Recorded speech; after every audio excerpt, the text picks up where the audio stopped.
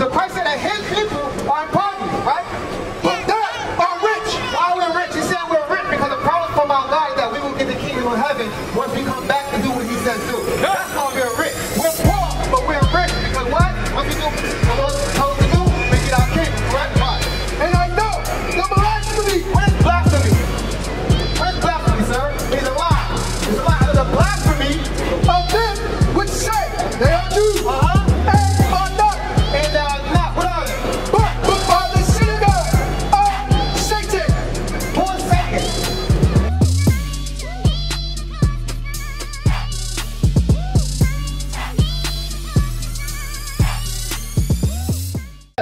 You know that Jesus Christ comes from the you know the Jews are black or what other people. Let's go to Revelation. You got that? Revelation 2 and 9. So this is the book of Revelation chapter 2, verse 9. I know thy works, and tribulation, and poverty. And poverty and tribulation. Nice. Poverty, tribulation. Are so-called people call themselves Jews today? Are they in poverty? No, they own everything. They own the music industry. They own real estate. They own the sports industry. They own everything. So how? They're not impoverished, right? So Christ said that his people are in poverty, right?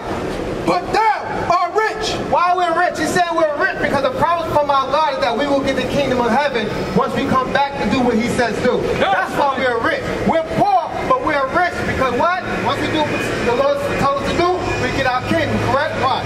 And I know the blasphemy. What is blasphemy? What is blasphemy, sir? It's a lie. It's a lie. The blasphemy of them which say they are Jews. And are not. And they are not. What are they? But are the synagogue of Satan. So what did he say that the Jews are? The synagogue of Satan. So who are the people saying themselves Jews that's not impoverished, that's not going through tribulation? He said they're the synagogue of what?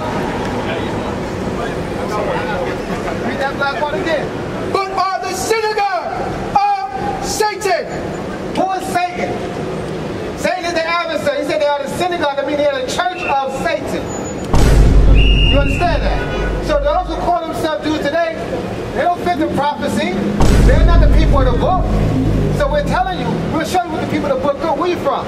So we'll show you what Jews look like according to the Bible. What Jeremiah 14:2? So watch this. This is the book of Jeremiah, chapter 14, verse 2. Bring it up. Judah Morning. Who? Judah Morning. So Jew is abbreviation for Judah. You understand? So Jew is Judah. That's from the tribe of Judah. You notice they say Jews, but they don't mention any other tribes. You understand?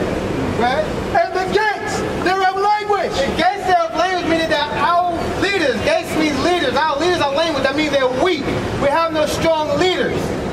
They are black unto the ground. Now what? They are black unto the ground. Unto the ground. If you look at the dirt or the ground, correct? When you look at it, what color is it?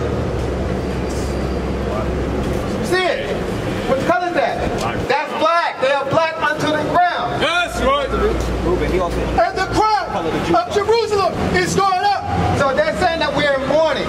So the Jews, the real Jews, are black unto the ground. You not come out black and all of a sudden you turn pale. You have no melanin at all. You understand what I'm saying? So the Lord felt Deuteronomy 28. So the Lord saying, letting us know what Judah look like. When Christ gave the description, he was giving a description so he can show it to the people who must shortly come to pass because he knows they're going to be deceived after a while. And that's why they have this image here. So you ask an average kid what Christ looks like, even an adult what Christ looks like, they're going to go right here. They're not going to go here. What's your name? Tyree. Tyree. Where you from? From Brooklyn. All right. I'll take a picture of everybody. You got any questions? What question you got? I really have a question on Pastor Elijah, but he asked me if I knew what Jews would look like. Yeah. From what you were saying, it's not what I thought it was. Exactly. Now what we're going to do, we have in the Bible, the Lord gave it, it's all signs here. This has been under our noses the whole time, but we never read it because they put this image on it. That's why we don't read it. Because we know in our condition, we know what we're going through. You understand what I'm saying? So if you put that image on there, what we going to do? We're going to separate from, so I don't care, that's the white dude book. I ain't reading that. You understand what I'm saying? But watch this. So this is how we're going to identify who we are according to the Bible. You got 20 and 15. Yeah. This is the book of Deuteronomy, chapter 1, verse verse 1. So this is who Moses was talking to in the wilderness when he took the children of Israel out of the wilderness. This is what he talked to them. So I'm going to start here so you can know who the book is for. These be the words which Moses spake unto all Israel. All who? All Israel. He spoke to all Israel, right? Yeah, to 28:15. So the Lord says that we understand that what we did, we separate ourselves from the Lord. How we separate ourselves from the Lord? Because we went and did what we wanted to do. Because we started following another nation. Now, when you're in captivity, what you going to do? Naturally, if you don't have a heritage, what you going to do? You're going to follow the other people, what they doing, how they dress, because that's the way you're supposed to dress. You feel clean when you got a suit and tie on, don't you? But you don't feel clean if you got your shirt hanging out. You don't feel clean right now. You don't feel like, yo, I'm good. I'm killing with this. You think what I'm saying? Now watch, this is the curse, and we're going to go over some curses so you can identify who the Jews are, and you ask me, who's going through this? Okay. It's the book of Deuteronomy, chapter 28, verse 15. Bring it out. But it shall come to pass, if thou wilt not hearken unto the voice of the Lord thy God, to observe, to do all his commandments and his statutes, which I command thee this day, that all these curses, All these what? Curses shall come upon thee and overtake thee. So the Lord said, Moses spoke, the Lord spoke to the Spirit spoke to Moses, right? And he said that we don't do his commandments, that all of these curses are going to come upon us. You understand? So understand that the Lord made 18 nations in the world. He only chose one nation. He chose one out of everything. You understand what I'm saying? So being that he chose that one nation, he gave them also his laws to follow. Right? So he said if they break their laws, these are the things that's going to happen to them. What is 16? Verse 16, cursed shalt thou be in the city. Cursed where? Cursed shalt thou be in the city. So any city that you go through around the world, you have a city, and in that city it has what you call slums or ghettos, right? Who populates those ghettos? Is it educated people in those ghettos? Is crime low in those ghettos? Single parent households, single mothers, brothers killing each other, gangs? Is that a blessing or is that a curse? That you gotta walk outside and worry if someone's gonna come behind you or not. You gotta live and feel all the time that a curse or that a blessing. Are they going through that? Or do they have their own community? They have their own land that they stole and built, right? Okay. And cursed shalt thou be in the field. In any field, during slavery, any field, you had a cotton field, tobacco, sugar cane. Those people that was in that field, were they blessed people or were they cursed people?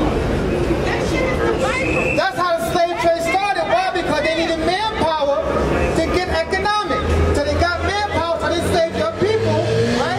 To build up their nation. You understand? Go down to 47.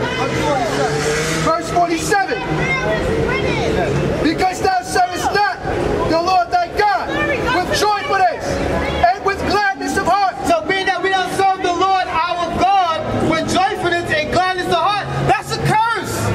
That's a curse. Look at her, look, she's a mother. That is a curse right there. She don't want to hear the Bible because she don't want truth. She don't want to change. We ask that we now are people to change, but we don't make changes ourselves.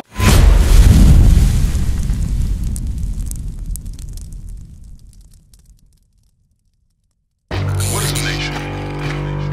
Nation is family. Nation is community. Nation is men leading by example. Nation is women's support.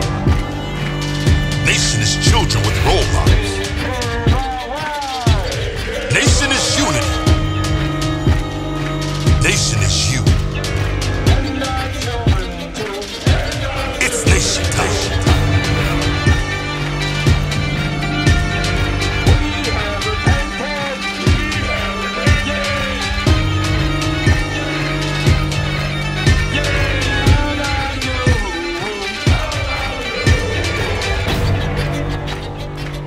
And finally, my brethren, be strong in the Lord, His word.